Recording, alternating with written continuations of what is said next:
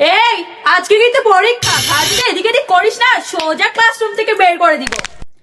প্রশ্ন দিতে না দিতেই তোদের কথা বলা শুরু হয়ে গেল। তোরা আর কি পরীক্ষা দিবি রে? লাস্ট বেঞ্চ, আসো বাবা আসো, আমার পাশে বসে। যদি আমার যেতে হয় না তোর পাশে, খাতা একেবারে ক্যান্সেল করে দিব। চিচি আমার পরীক্ষা দিতে এসছে।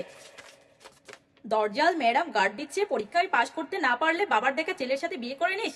তোকে সারা জীবন ভালোবেসে যাব, তোর বিন্টু। এদিকে আয় বাবা বিন্টু, তোর পিঠে তেল মালিশ করে পিঠে ছালটা তুলে দিই।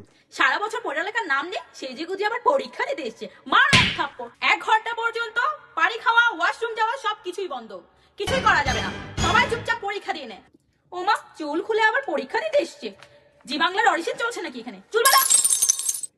তুই আমার কাছে টিউশন পড়তে যাস না না? এবার নির্ঘাত ফেল করবি। 3 নাম্বার বার পেজ চাইছো? এদিকে তো খাতাটা পুরো সাদাই আছে, সবাইকে খুব দেখাতে হবে না, লিখে একদম ফুল করে ফেলেছো।